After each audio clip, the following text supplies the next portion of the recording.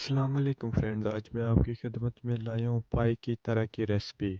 आज हम बनाने जा रहे हैं मटन की हड्डियों का सालन, जो नहायत जायकेदार और ताकतवर सालन है। इसको हम सूप और सालन के तौर पर भी इस्तेमाल कर सकते हैं, जो नहायत ताकतवर चीज कर इसका इस्तेमाल सर्दियों में बहुत फायदेमंद है। वीडियो को एंड तक वॉच करें ताकि आपको रेसिपी की अच्छे से समझ आ जाए। चलते हैं अपनी वीडियो की तरफ। मेरे पास मटन का 1.5 किलो गोश्त। पहले हम हड्डियों को अच्छे तरीके से वॉश कर लेंगे और आधे घंटे के लिए पानी में सिरका डालकर हड्डियों को छोड़ देंगे ताकि हड्डियों में से जो भी स्मेल है वो निकल जाए। वॉश करने के बाद हम इसको कुकर पर चढ़ाएंगे ताकि हड्डियां अच्छे से गल जाएं और 1 चम्मच नमक का डालेंगे।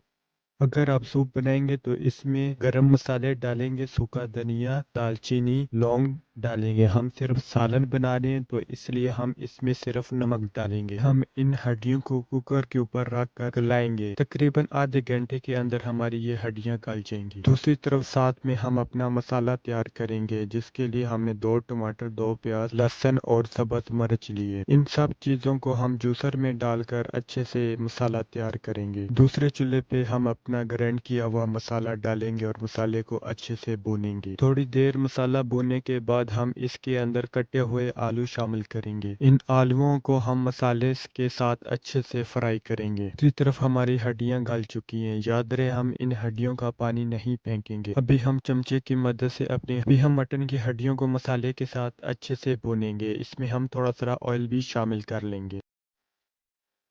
हड्डियों को कुछ देर फ्राई करने के बाद अभी हम इसमें हाफ चम्मच हल्दी पाउडर डालेंगे, 1 चम्मच नमक डालेंगे, 1 चम्मच लाल मिर्च, चम्मच काली मिर्च, 1 चम्मच जीरा, 1 चम्मच हम सूखा धनिया पाउडर डालेंगे।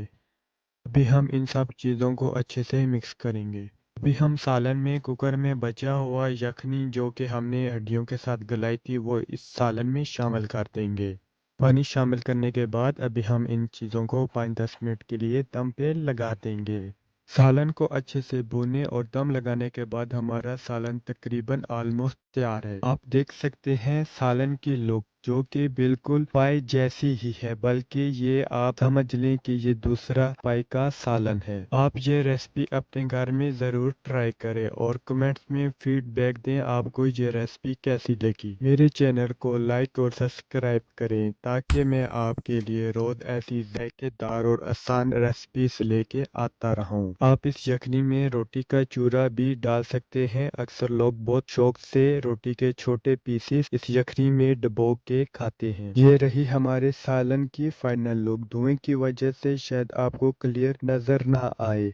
सालन की बहुत प्यारी खुशबू रूम में महक रही है। आप भी जरूर ट्राई करें, अपने दोस्त और अपने फैमिली मेंबर करें। आपको कैसी लगी ये रेसिपी जरूर कमेंट में लाइक करें, सब्सक्राइब करें। फिर मिलते हैं किसी नई वीडियो के साथ। अपनी दुआओं में याद रखें। खुदा हाफिज।